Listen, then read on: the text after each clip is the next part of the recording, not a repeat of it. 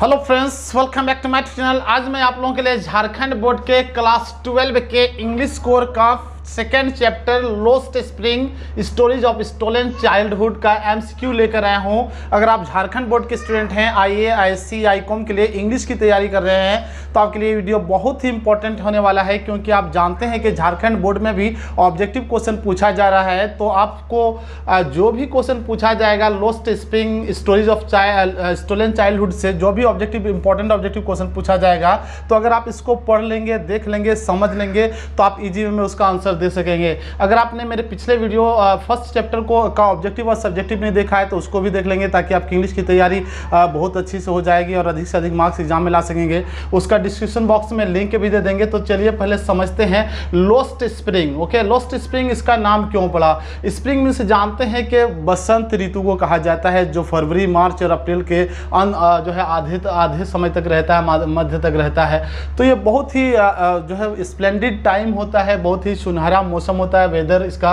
Okay, इसको जो है लर्निंग एज कहा जाता है। लर्निंग एज मीन्स होता है लोस्ट स्प्रिंग। यहाँ पे लोस्ट स्प्रिंग बोले तो चाइल्डहुड से कंपेयर करने की कोशिश की गई है अनिश जंग के द्वारा। ओके, स्प्रिंग को चाइल्डहुड यानी बच्चों का जो बचपना होता है, बाल्यावस्था जो होता है, ओके, चाइल्डहुड से कंपेयर करने की कोशिश की है, तुलना कर रही है कि स्प्रिंग जो होता है, स्प्रिंग में जो है बहुत सुनहरा एज होता है, समय होता है बालक के लिए। चाइल्डहुड जो है होता है, ये कह सकते हैं लर्निंग स्टेज है, गोल्डन एज कहा जाता है इसको, सुनहरा अवसर कहा जाता है। स्ट्रेंज जो है स्ट्रेंज एज कहा जाता है, जीवन का अनोखा काल, आदर्श काल, सीखने का आदर्श काल कहा जाता है। इसलिए जो है अनिश जंग ने इसको जो है कंपेयर किया है चाइल्डहुड से, यानी स्प्रिंग को। तो यहाँ पे लोस्ट स्प्रिंग बोले खोया हुआ वसंत, तो खोया हुआ वसंत तो यहाँ इसमें जो है अनिश जंग बताने की कोशिश करे स्टोरी में कि चाइल्डहुड जो है बचपना अपना कैसे खो देता है। जिस समय उसको सीखने का समय होता है, जिस समय जो है उसका जीवन में कुछ करने का समय होता है, जिस समय पढ़ने लिखने का समय होता है बच्चों के लिए, उस समय वो क्या कर रहा होता है बच्चा। इसमें दो बच्चों की कहानी है, एक साहेब और दूसरा जो मुकेश। ओके, दो पार्ट में बटा हुआ ये कहानी। साहेब जो है, साहेब काम करता है, ओके, दोनों काम करता है, हम लोग आगे डिफरेंट वे में पढ़ेंगे। तो साहेब काम करता है, जो है गार्बेज वो करता है, चूज करता है, बिनता है, कलेक्ट करता है, उसमें उस जो है सोने खोजने की कोशिश करता है। तो और दूसरा मुकेश है, जो है एक मोटर मैकेनिक बनने की कोशिश करता है। तो यहाँ अनिश जंग कहना चाहती है कि अगर इस समय पढ़ने लिखने का समय होता है, वो बचपना, चाइल्डहुड, तो उस समय अगर बच्चे पढ़ते तो जीवन को अच्छा बनाया जा सकता था। लेकिन उस वैसे समय में जो है बच्चा क्या करते हैं, जो है मोटर व्हीकल के रूप में, वो मैकेनिक के रूप में काम करते हैं, या गार्बेज जो है उठाने की काम करने की कोशिश करते हैं। तो ये सब जो है उसके लिए एक्सप्लॉयटेशन है, ये सब जो है उसके लिए शोषण है, शोषण किया जा रहा है। तो इसी पर आधारित है। हम लोग जब पढ़ेंगे तो आपको समझ में आएगा कि इस चैप्टर का नाम लोस्ट स्प्रिंग क्यों हुआ। इस स्प्रिंग के समय में क्या होता है कि स्प्रिंग के समय में नए नए पत्ते आते हैं पौधों में, आप जानते हैं, न्यू लिव्स से आते हैं, ब्लूमिंग जो है ब्लूमिंग फ्लावर्स यानी खिलता हुआ फूल होता है उस समय।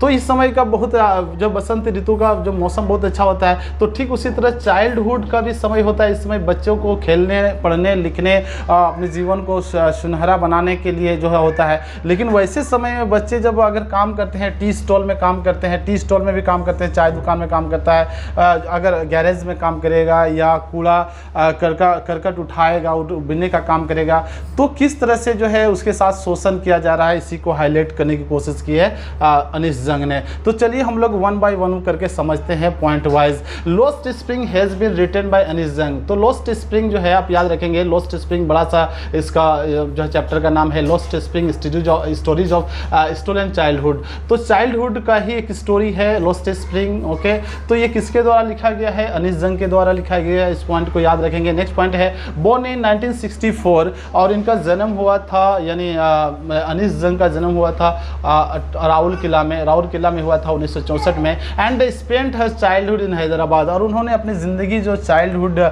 जो गुजारी, ओके, चाइल्डहुड यानी बचपना, बाल्यावस्था जो गुजारी, तो हैदराबाद में गुजारी, और वहीं पे एजुकेशन भी उनको मिला। She received her education in Hyderabad Hyderabad and the USA, दोनों जगह में यहाँ पे जो है उनको जो है शिक्षा प्राप्त की, हैदराबाद और यूएसए में। तो यहाँ से भी आप इसको समझेंगे, यहाँ से भी ऑब्जेक्टिव क्वेश्चन पूछा जा सकता है आपसे कि कहाँ वो जो है अनीस जंग ने रिसीव किया एजुकेशन, तो Hyderabad USA, United States of America. Next देखेंगे, she was an editor and columnist for newspapers in India. तो इंडिया में वो दो जो है काम कर चुकी है, जर्नलिस्ट के रूप में भी काम कर चुकी है, कॉलमनिस्ट यानी कॉलम लिखती थी जो है जिसको स्तंभकार कहा जाता है, एडिटर के रूप में भी काम कर चुकी है न्यूज़पेपर में इंडिया के लिए, तो याद रखेंगे।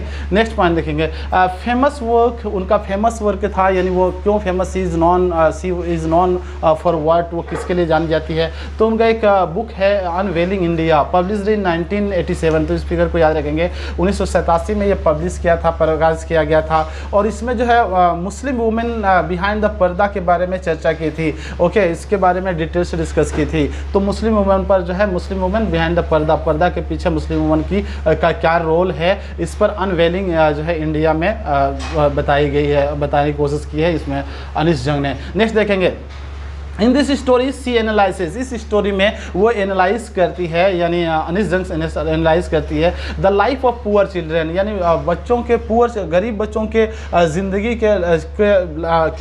को एनालाइज करने की कोशिश करती है, एंड देयर एक्सप्लॉयटेशन, और उनके एक्सप्लॉयटेशन में से उनका शोषण जो होता है, उनके साथ जो शोषण किया जाता है उसका जो है उसके बारे में बताने की कोशिश करती है, एनालाइज करती है। तो ये जो है हम लोग बात कर रहे थे, पहले ही बात कर चुके हैं कि lost spring stories of student childhood को दो भागों में बांटा गया है। यहाँ पे पार्ट 1 देख पा रहे हैं, पार्ट 1, और यहाँ पे फिर पार्ट 2 देख पा रहे हैं। तो पार्ट 1 में अलग कहानी है, ओके, और पार्ट 2 में अलग कहानी है, दोनों को आप पढ़ेंगे, दोनों से ऑब्जेक्टिव क्वेश्चन पूछा जा सकता है आपसे।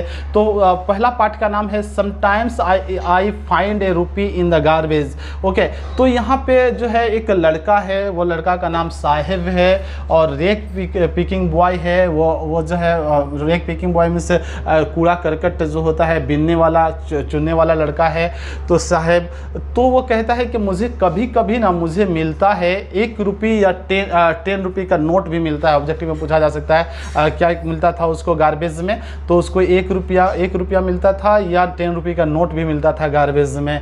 और वो सोना जो है, सोना ही वॉज लुकिंग फॉर जो है gold in the garbage, garbage में वो कोशिश कर रहा था कि हमको सोना मिले, सोने की तलाश में। नेक्स्ट देखेंगे, अनीस, इस कहानी को पढ़ेंगे तो इस कहानी के अंदर ये सब है। अनीस जंग सीज ए बॉय, तो अनीस जंग क्या करती है, एक दिन देखती है कि एक लड़का रोज़ जो है एवरी मॉर्निंग रोज़ जो है वहाँ आता था, नियर हर नेवर उसका पड़ोसी का, उसका आस पड़ोस में आता था, और वो क्या काम करता था, रेक पिकिंग का काम करता था, यानी कूड़ा करकट बीनता था। और उसके साथ 2-4 बच्चे होते थे, और बिना, यहाँ पे बेयर फुट है, मतलब बेयर फीट यहाँ होना चाहिए, बेयर फीट यानी नंगे पैर, पैरों में चप्पल से हुआ नहीं करता था। तो ये पूछा जाता है, तो गरीबी के कारण जो है, गरीबी के कारण बच्चे जो है नहीं पहन रहे थे, चप्पल नहीं पहन रहे थे, लेकिन जब उससे पूछा जाता है तो बोलता है ये ट्रेडिशन है। ओके, ट्रेडिशन ही है।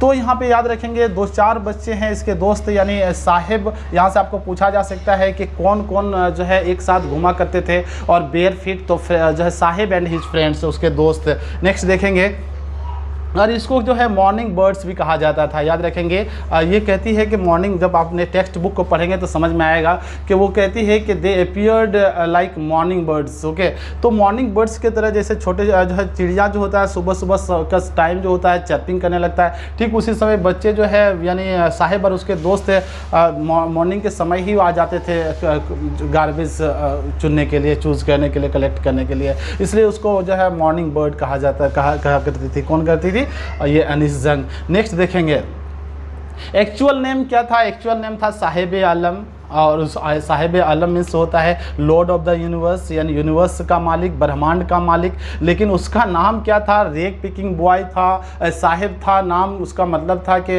ब्रह्मांड का मालिक, लेकिन एक्चुअल में वो क्या काम करता था? रेक पिकिंग बॉय था। अगर उसको, वो कहती है, लेखिका कहती है, अनीस जंग कहती है कि अगर इसको पता होगा एक्चुअल मीनिंग तो उसको अपने आप में हंसी भी आएगा और समझ नहीं पाएगा, क्योंकि वो काम ही ऐसा कर रहा था और नाम बहुत बड़ा था।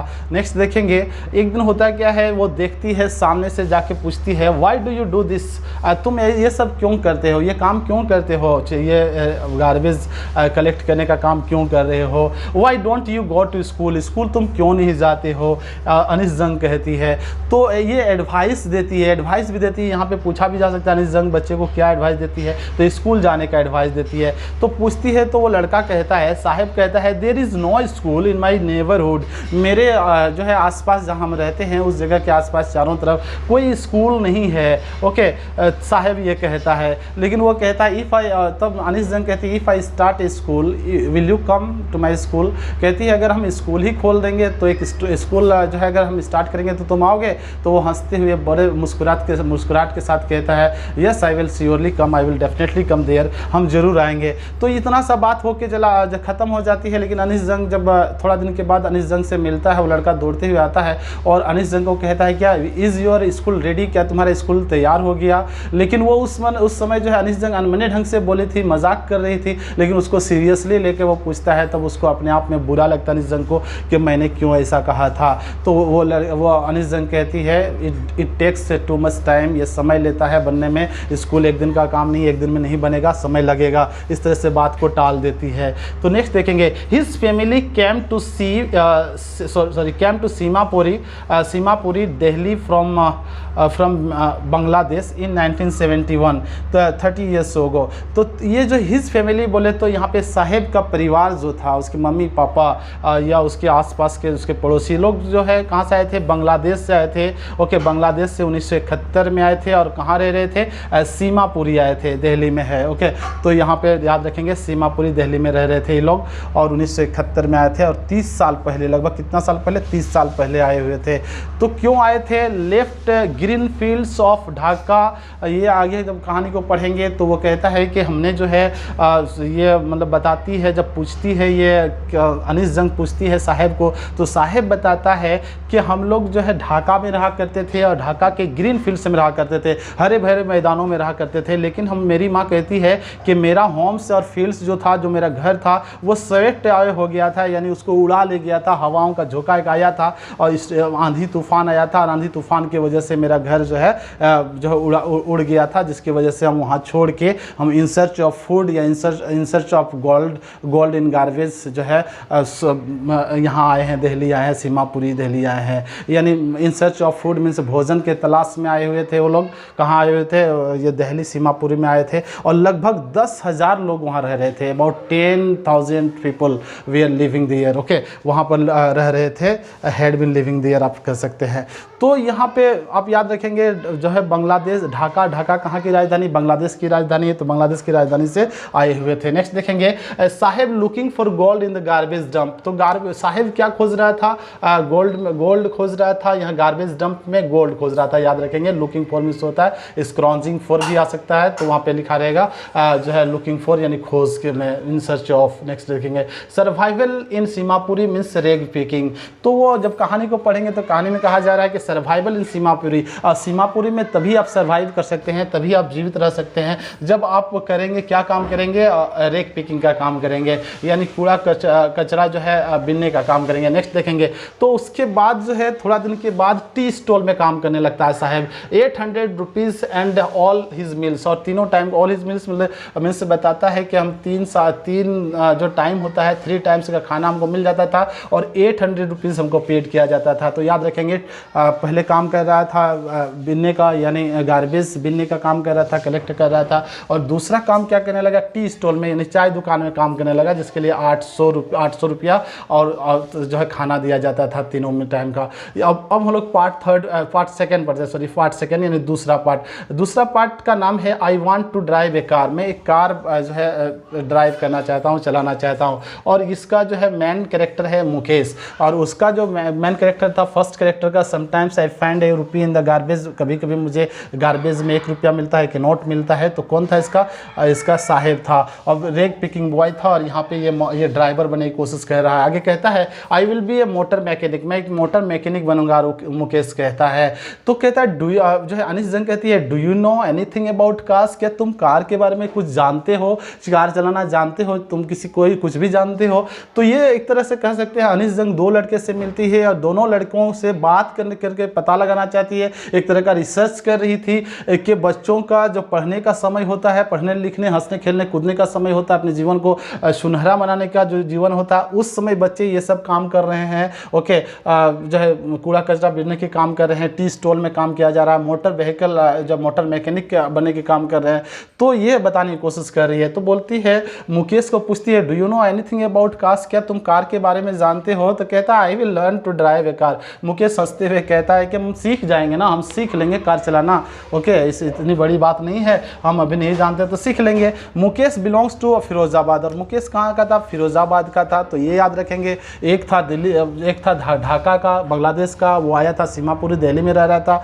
अब जो है यहाँ मुकेश कहाँ का है, फिरोजाबाद का है। और फिरोजाबाद किसके लिए जो है सेंटर है, centre of glass blowing industry, glass blowing industry का सेंटर है, केंद्र है। याद रखेंगे, यहाँ से भी ऑब्जेक्टिव क्वेश्चन पूछा जा रहा है। नेक्स्ट देखेंगे, Firozabad is famous for, Firozabad famous क्यों है, किस लिए है। तो मेकिंग बैंगल्स, यहाँ पे बैंगल्स बनाया जाता है, चूड़ियाँ बनाया जाता है। हर दूसरे घर में बोले तो एक के बाद ये दूसरा घर देखेंगे, हर दूसरे घर में वहाँ बैंगल से बनाया करते थे। और इसका जो मुकेश का परिवार भी बैंगल से बनाया करते थे, यानी चूड़ियाँ बनाने का काम कर रहे थे। तो फिरोजाबाद फेमस है किस लिए, मेकिंग बैंगल्स। नेक्स्ट देखेंगे 20,000 children working in the glass furnace. तो लगभग जो है 20,000 बच्चे काम कर रहे थे, कहाँ पे, ग्लास फर्नेस में काम कर रहे थे, जहाँ पे ग्लास जो है बनाया जा रहा था। फर्नेस का मतलब होता है, फर्नेस में से होता है भट्टी क्या। और वो जो इसको लगता है, अनिश जंग को लगता है कि बच्चों को, इतने छोटे छोटे बच्चों को